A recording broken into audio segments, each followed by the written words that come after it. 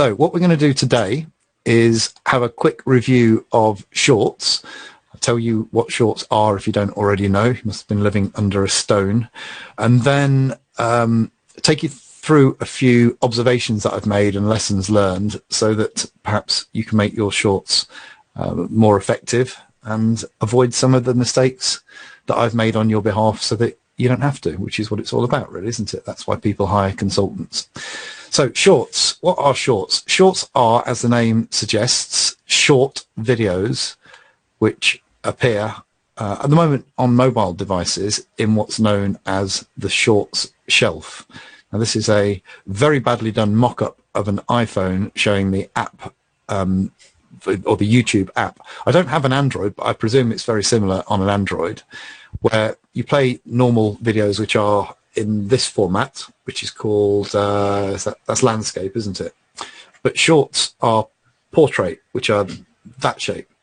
And they appear on what's known as the shorts shelf. The shorts shelf is a special area where only that kind of video is shown. So our objective is to get our videos shown on the shorts shelf, just like this young lady here who has done a video all about tips for being interviewed, and she's got her video on the shorts shelf by being clever and doing it in the right format.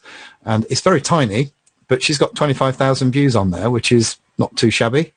It's not 1 million views or 100 million views. I think you have to do something which is either dangerous or hilarious or both in order to sort of really hit the big time and go viral.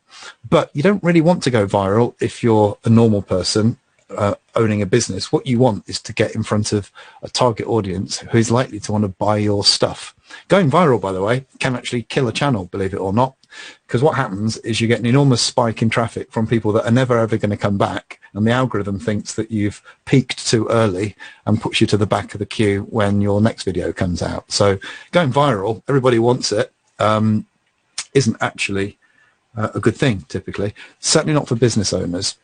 What we want is to get in front of the right people consistently, simply, and very cheaply, ideally for free. So we're not going to be buying a pay-per-click. We're not going to be doing advertising. We're going to let Lady Algorithm from YouTube put us in front of the right customers.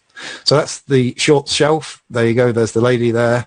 And when you click on her, she comes up, and we listen to her 1-minute talk about hiring people at interviews. And what's nice about the way that the shorts shelf is presented is that the like button, which is the most important button on here, is very prevalent. It's great to get likes because it shows that we have social proof on the video. It does help with the algorithm a little bit, but likes are really more about social proof. And we have the subscribe button, and everybody loves subscribers. I know you want subscribers. It's to show off, isn't it? Because actually subscribers don't really help you in the algorithm, and I can prove that with numbers. And really, it's just about getting monetized at 1,000 of them. After you've got 1,000, then they really don't matter, apart from bragging rights. And social media is all about bragging, isn't it? So there you go. If you want to get subscribers, then doing shorts, you will get subscribers without asking for them, and I'll show you why. So why has YouTube come out with shorts? Well, it's really because TikTok, where all the young'uns go, is starting to spank them. They were worried that they were going to lose people over onto TikTok and become a has-been. That's not going to happen. YouTube's too big, and TikTok really at the moment is aimed, shall we say, at people with fewer grey hairs than me, probably people half my age who typically don't have very much money. So why do we care about them as business owners? We don't. We want to be focusing on YouTube, where the older people who have cash to spend hang out. That's not to say that TikTok won't change. And and I'm being asked questions. Dan, the maximum length is 60 seconds, but we don't want to do 60 seconds for reasons which I'll be coming on to later on. So TikTok is at the moment not where we want to be. We want to be on YouTube. Things may change. Videos should be shorter than 60 seconds, and I'm going to give you the sweet spot later on. They need to be portrait, not landscape. I put the dead easy to make on a smartphone, and Heather, who's joined us, will be talking about her journey making videos on smartphones shortly. Makes people, it's easy for them to subscribe. Talking about thumbnails, strangely perhaps, thumbnails are not shown on short videos when they appear on the shorts shelf, but you should still make them anyway, because as we'll see later, shorts are not only played on the shorts shelf. In fact, some of the main benefits of shorts are when they're not played on the short shelf. So make your thumbnails, no excuses. The algorithm loves them. I've put there's no competition, almost no competition. It's growing. We can see on the last point there that there are 9 billion views a day on shorts at the moment. That's up from about 3.5 billion views at the beginning of this year. So more shorts are being viewed, more shorts are being made, but nowhere near as many competitors as for the regular videos. And that's purely and simply because since YouTube was invented in 2005, I think it was, 2005, they've been telling people, right, we want you to make nice long videos in landscape format, please. And obedient creators, as we are, have said, all right, Gov, we're going to do that. And we've churned out loads and loads of videos, which are now not ever going to appear on the short shelf because they're the wrong format. And suddenly YouTube has a lack of inventory. So it now says to creators, completely ignore what we've just been telling you since 2005. Please, can you produce short videos in portrait format? So if you do, then you're ahead of the competition, because most people are not concentrating on shorts because they don't understand them and they don't see the opportunity. You're different to that because you're listening to me.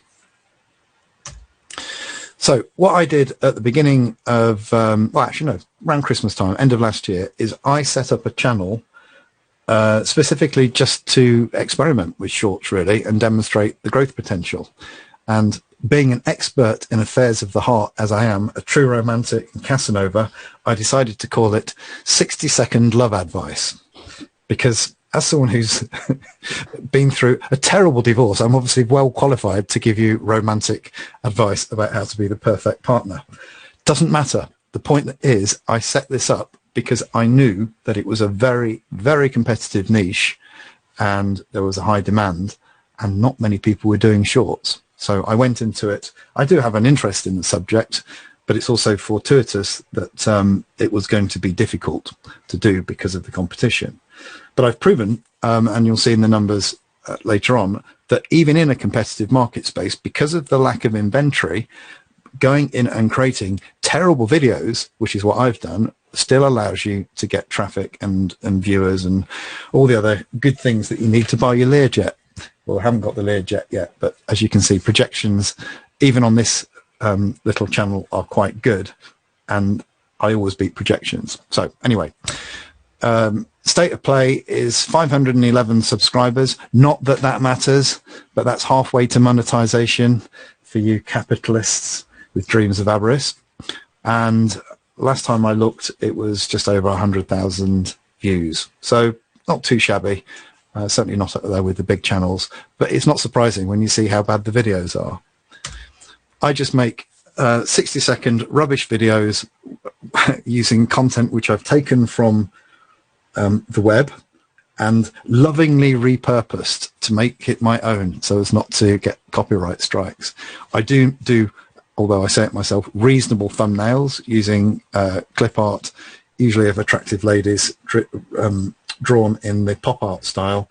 I make my thumbnails using Photoshop, but I think most people would probably use something like Fiverr, or there is specialist software to do it, but I quite enjoy doing them. Doesn't take long to make them. I think start to finish, it takes me between half an hour and an hour to make a video. I do about half of that, by the way, is the thumbnail. Probably half of that is flipping through pictures of attractive ladies trying to find the right one. But about half the time is making the thumbnail, about half the time is making the video. And when if you ever play any of my videos, you'll know that the reason why they're so quick to make, because they're a bit rubbish. But what really matters is the numbers. Your videos will be better than my videos, or at least if they're not, you should be ashamed of yourself. But even with bad videos, you can see the growth. And let's just go through that. First video was not so much launched as pushed up on the 23rd of December. And I've been doing one a day ever since then. That's including Christmas Day, every day since. So I'm nothing but consistent in my low quality output. And I would suggest that you concentrate on consistency as opposed to quality, because you're never ever going to do a video that you're happy with. You're never ever going to do a video that is of a high enough quality. Believe me, it's just not going to happen. I've made hundreds, thousands of videos, and I've never ever made one that I'm proud of. But I do have a lot of content out there, and that's what you need to do. And that's what holds a lot of people back. And it's another reason why shorts are great, because you only need to come up with a minute's worth of content at the very most. And we don't get tied up with lots of fancy editing, which is what kills many channels, because people over edit and either never get the editing finished or kill the video in the edit. That's a different topic, and we can do a live on that if anyone's interested. But shorts are just short and sweet, and once you get them out there, you'll start to get the traction. So as of today, what's it say, 103,000 views, just over 500 subscribers, and we're in a little bit of a low patch at the moment. So there's only 2,000 or so views every 48 hours. That has been up as high as somewhere around 6,000. But you know, as I've said in other videos, these are the flames. They go up and down, and that's a good thing, because that's Lady Algorithm trying different markets for you and going out and finding potential new people. So that will come back. 5-year projections from Social Blade. You can go and look this up yourself if you want to verify these numbers. It says in 5 years I'll have 100,000 subs. Well, whoopee-doo, and 24 million views. If I can't do that blindfold, or double that blindfold, I'd be surprised. Social Blade's projections are notoriously pessimistic. Should at least be able to double that, maybe more. I reckon 1 million subs isn't in 5 years is no problem really. So that's progress so far. Not showing off. I'm saying I'm holding this up as an example of something done badly. If you can deliver valuable content with real value to your audience, then you ought to be able to do a lot better than this. So let's have a look under the hood a little bit at the figures. As you know, YouTube is all about analytics, and it's all about figures. The shorts videos are quite surprising, actually. Having reviewed about a quarter's worth of data, there's some quite surprising things in here which I want to reveal to you. But not surprisingly, traffic sources, about half of the views are coming from the shorts shelf. Only about half. I must admit, when I started this, I thought the overwhelming majority of views would come from the shorts shelf, given that they're shorts videos, but they're not. And this is a really good thing, because if you look at the next one down, browse features is when you get put on the home page and when people find you through their subscription. That's the next biggest traffic source. And browse features really is the holy grail. If you can get shown in the browse features, then your channel is very likely to start to explode. I've had other channels go from nothing to, I know, 60,000, 70,000 views a day, just with a video being put on the shorts shelf. Sorry, in the browse features on the home page. I did have one of my videos on my nursery rhyme channel had several million hits in one day, just by being put on the browse features. So getting in there is difficult usually, but shorts seem to be, pardon the pun, a bit of a shortcut to that, which is an unexpected bonus. And I'll show you in the numbers on an example of one of the best videos, or not the best video because they're all rubbish, but the best performing video that I did. Suggested videos, again, when channels start to take off, we see a sway towards suggested videos and away from search. You'll notice down here, search is only 1.4% of the traffic. Now, low numbers in search normally would indicate bad news, because when you start a channel, a traditional channel, one with long videos, you want to be majoring on search to start with, so that once you get traction in search, Lady Algorithm will learn about what your videos appeal to, and then push them out using these other metrics to wider audiences. So it's generally search first, and then rely on the algorithm to push the videos out. With shorts, it's the other way around. We're able to get in under the radar. So we could go for very competitive search terms and not have to worry about search competition, because the algorithm is working differently and pushing us out by these other better, but usually harder to achieve mechanisms.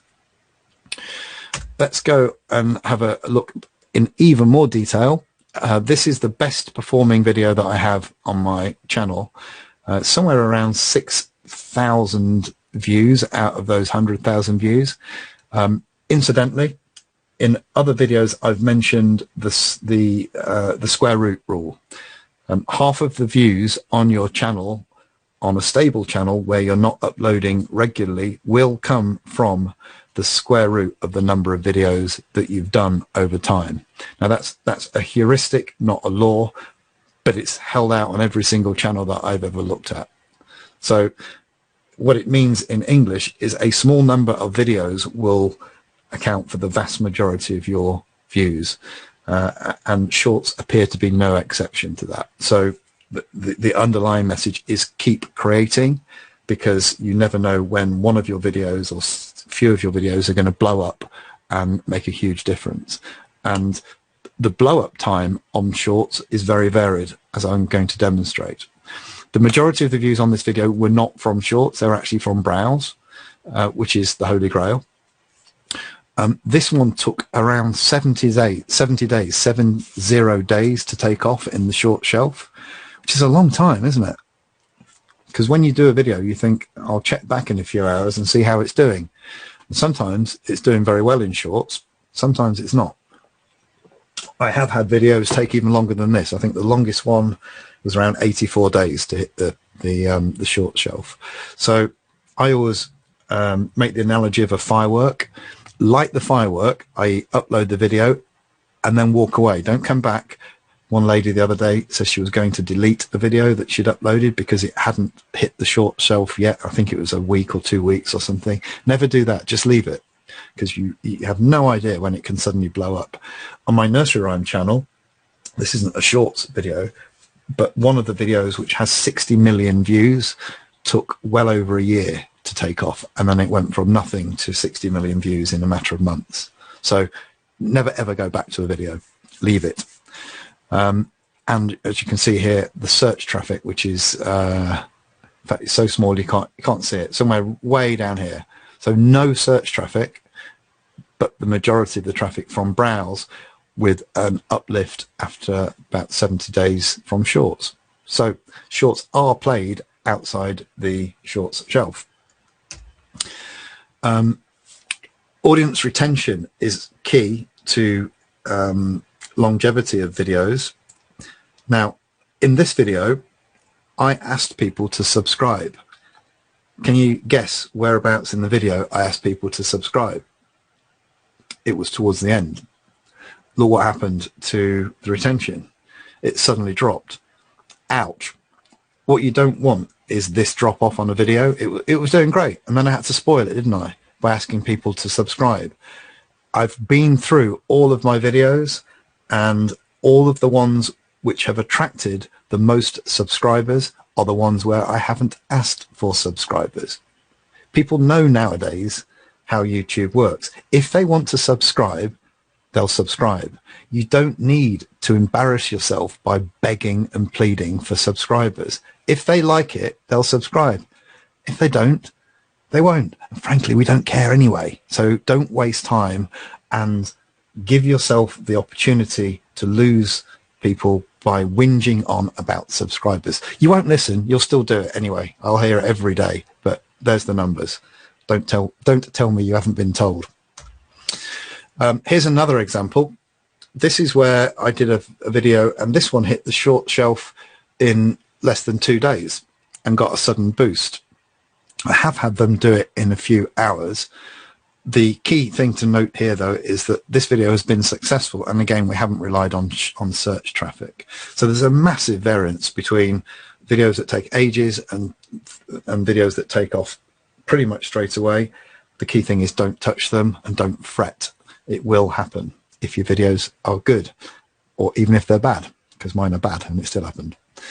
So key learnings, and then I'm going to let Heather explain or give an account of her shorts journey, because she's actually been doing them in the real world rather than me doing it as an experiment. So key learnings is that they're easy to make. Shorts are easy to make and they're well received. You can see by the numbers. Subscribing or begging for subscriptions is a bad thing. They can take a while to take off. Don't touch them. Don't go back. Don't worry about search traffic. Read into that. You can go for the most competitive stuff in terms of search, and you're going in under the radar. Never before has YouTube given you that opportunity to compete with the big channels without having to have a massive channel and work too hard. So do it quickly, because it won't be around for long. Shorts are watched as regular videos, so there is no reason why they can't be monetized. There's this myth at the moment that you don't do shorts because they can't be monetized. Well, there's a couple of things in here where we would say that it can take longer to get monetized because you only get the view time, and you need 4,000 hours of view time from where the shorts are not played on the short shelf. But then we've seen they're not played on the short shelf for most of the time anyway. And the number of subscribers that you're going to get is going to be a lot quicker than doing it. Phone call. The number of subscribers you're going to be getting per watched video is far higher than long videos. So just do them. Average viewer retention is around 58% on a short, which is good because most people struggle to get over 30 or 40%. So because they're shorter videos, as long as you don't beg for subscribers, you'll keep people's interests enough to get over the 50%. Ideally, I'd like to get that at over 60% average. The biggest one that I had, as I put here, is 91.7%, and that was for a 50-second video. And my testing has shown that somewhere around 40 to 50 seconds, even though you're allowed a minute, is the sweet spot. So just because you are allowed a minute doesn't mean you have to take the whole minute. So aim for 40 to 50 seconds. Shorts are getting more competitive, but there's still plenty of opportunity.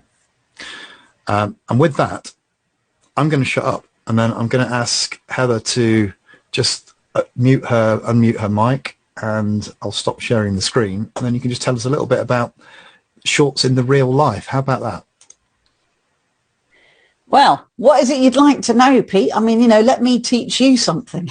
I mean, well, I suppose the best thing, tell me what you want, Pete. If we start at the beginning and just introduce, you'd had a YouTube channel for a while, hadn't you, before you started working with me? Well, what happened, it's quite funny, really. I've been told I needed a YouTube. So I'm a speaker. So I speak at conferences. I also run training courses, deliver workshops. So I speak at conferences is a big thing for me. And so I'm used to speaking, I'm used to presenting, that's great, and have a great subject. I deal with psychology and behavioral performance and all that stuff, how not to worry and all the things that you think people want. So somebody told me a long time ago, you need a YouTube channel as part of your marketing so that people can find you. So I started a YouTube channel, but to be honest, I didn't know what the hell I was doing. In actual fact, you'll find 2 YouTube channels under my name because I forgot I had one.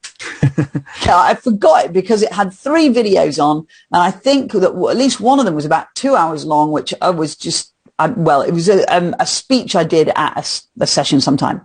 And then I was talking to a friend of mine who said, you need some advice on this one. So I was getting a little bit freaked out by the technology and by the fact that I was so worried that I would do harm to my reputation by making bad videos that it was kind of paralyzing me a little bit. So when you and I spoke, admittedly, our reasons for doing it are different. Mine is for marketing. I'm not intending on making money. If I make money, that'll be great, and since I've been doing it, I've considered that, but for me, it's about marketing. It's about getting out there so that people can see me and see how good I am at what I do. Because they can't come along to every conference, and actually getting someone to video a conference with really good TV quality is a blooming nightmare. So that's where we were. And so we started the video, Heather Wright Live and Kicking, which I thought I've just come up with that. And then later on realized that there already was a Heather Wright Live and Kicking. So I've now got to try and stop that one. It's only got 3. I'm still working on that one. But again, you gave me loads of really good advice and we started doing it. But my issue again was I thought I had to have almost film quality ideas. So you'd notice on my my site or my channel that the first few had little shots of me running and making points to the camera, and then me and my cameraman were kind of trying to come up with little plots so that we could make our point. So when the shorts came up and you kind of said, hey, there's this new thing, and I think it was about Boxing Day. You must have been a bit drunk, I think, and you just yeah, almost certainly. Oh, get the shorts, Heather. Yeah. Get the shorts, and I was equally drunk. I went, yeah, I will on, you know, the day after. And I thought I can't give my message out. I'm giving people psychological advice on how to be your best, how to achieve loads of stuff, and how to not be underconfident or frightened. But then I started realizing that I could do sound bites, and it stopped being as scary. So, and you'd also give me the advice that I needed to be consistent. So to make the ones with a plot, to make the ones that make a point and have lots of editing and have little bits popping up was quite a big task. And we were finding, it was a big project. And I've got a business to run. I've got, although I don't have as many conferences face to face, I have online conferences I deliver now. So I haven't got time to write them and deliver them. And then, the cameraman edits them, which is great, but it became too big a thing. And then you would come on and go, what have you done? I go, oh, I've made one and there's a couple more I'm making. So when you started doing the shorts, I started going, well, hang on a minute. What do I need to say? And thankfully, one of the people who helps me edit, because as you can tell from the way I speak, when I'm speaking, I'm very energized and all of that. And that's quite hard, you know. And he kept saying to me, you're waffling. I said, it's entertaining waffle. He goes, you've got to get it under a minute. So we started editing that. I mean, I think one of my shortest videos is 23 seconds. Wow. Well done. I was like, hey, I'm also getting quite proud about how I can make a point as quickly as possible. And not just kind of freak people out by kind of staring into the camera too much. So then I started being able to produce them. And so what we do is we set aside as much time as I can allow, which is Monday afternoon. Yeah. And on Monday afternoon, I've got usually 3 to 4 ideas for shorts and maybe one idea for a longer one. And we normally get, so during the week, I've written a bit of a script, which is about 170 words. That sounds about right. Yeah. Is that about right? So I send that off to someone who then goes, you don't need this, and this would be put better this way, and blah, blah, blah, blah, blah, you know. And luckily, I've actually trained in the theatre, so I also can, I think, do them so they sound natural, so I don't sound like I'm reading them too much. And to be honest, one of the nightmares is take 95, Heather, you missed that. Yeah, but I decided to make a different sentence up, and it's never quite what I wrote. But started to do that, and we can probably get 3 or 4 filmed in the Monday afternoon, and then he takes them away and edits them. We start to upload them. And so you're putting 3 out a week, are you, now? I'm actually only scheduling 2 because every now and again, obviously somebody books me on a Monday, and I can only get my cameraman on a Monday. And I would say cameraman, but it's just somebody looking at my phone because it's a good camera. But I need someone there going, you've gone out of shot, because I tend to move a lot. And he says, you've kind of started to drift slightly, you know, and he'll go, you need to go in the center, get back in the center. So there's a little bit of that, and then making sure and then he edits them. So I need extra time, because obviously some conferences are on a Monday, some people want workshops on a Monday, so I can't always do them. So I just get them, and they've started to gain traction. So admittedly, I've not got the numbers you've got, but then I actually only started doing this. Well, when did the shorts come out? So you said it was beginning of January. Yeah, I reckon, because I'm a bit slow to catch on, to be fair. It's just be a little bit not so bright. And it was February when I started making them and stopped freaking out that, oh God, this is going to be a disaster. I'm going to ruin my career because people are going to look at that and go, she's terrible. And so, you know, this is in only a couple of months, and I uploaded one last week, and I went back on Sunday night and it had 980 views. Wow. And so I went, when it hits 1,000, that's a bottle of something opening, isn't it? Yeah, I'm waiting. It's 980. I'm waiting for 20 more before I can celebrate. Why do we think in round numbers? Yeah, no, I've got to get 1,000. Got to get 1,000. You know. So no, I figure. I admit I know that they're not all going to do that. and I know that they'll gradually pick up, but I've only got 40 videos on there at the moment. So if you think about 2 a week, you can work it out. I've got, some of them are longs. And so I spent all this Monday doing a longer one, which is an explanation of habits and the brain and psychology. And I knew darn well I couldn't do that in a minute. Yeah. But I mixed that in with it. So for me as a businesswoman and someone who's not just about YouTube hits, that seems to be working. And I've already had people ring me or email me and go, I'd like to book you for a conference because they've seen me on YouTube. Yeah, which is ultimately what you want, isn't it? That was exactly what I wanted. Yeah. I mean, I want more, please. But, you know, yeah. There's a couple of points there that you made. One is about making more videos than you're releasing. And that's great. I always say, if you can, create videos at twice the amount you're going to release. So you've got plenty in the bag. On that love channel, I do one a day, but then I'm a bit of a maniac with it, and I'm doing it, you know, to prove a point. So I try and make 2 a day, so that means I've got one in the can going forward. I can take a month off if pretty much now, and I've still got one scheduled out every day. And the other thing is knowing what topic to make the video on. And a lot of people say, well, I'd love to do it, but I don't know what to cover in my video. And what I normally say is do videos which ask and then answer the questions that you're sick and tired of hearing. And then that'll have two advantages. One, the chances are people will be looking on YouTube for the answers that you're about to give them. So find out what they want, give it to them. And also it means that you can just divert people to your YouTube channel instead of having to answer the same old silly questions over and over again. It makes you look like a bit of an authority, doesn't it? Well, you suggested I do that. And so the one that kicked off this weekend was about how to stop worrying. And it is something that I'm asked a lot when I'm running a course. I worry a lot about this, and especially now after lockdown, a lot of people are struggling with their well-being, and they worry about stuff they can't control. I mean, you can't fix someone psychologically in 60 seconds, but I can give a tip. And actually on Monday, I made another one, which is basically how to stop worrying 2. So I can kind of keep doing that. But that was based on, when I did the searches, it gave me 100% excellent in terms of this is a subject people are looking for. Right. And I've now got a list of subjects that people are looking for, rather than, I guess, appealing to my vanity and going, this is what I want to sell to people. Yeah. For now, anyway. I can always add the other stuff in there, can't I? Yeah. Once I've got the traction, then hopefully people will go from, this is what I look for, and then they'll move into, oh, and this person does this as well and this, and then they'll look at it. And the algorithm, as you get more videos up there, the algorithm will, on your behalf, go out and try and find new audiences based upon their interests. So one of the great things is you don't really need to sell. If to get YouTube to send you leads, all you need to do is educate. And then YouTube's sort of robotic sales force will go out and put your video in front of the right people, so long as you're consistent. And it took a while to get going, but now you're being consistent. And so long as you're consistent, you will succeed. And it's the thing that stops most people. I guess it's the same as the reason a lot of people have gym memberships but are still fat. It's just because they don't go to the gym.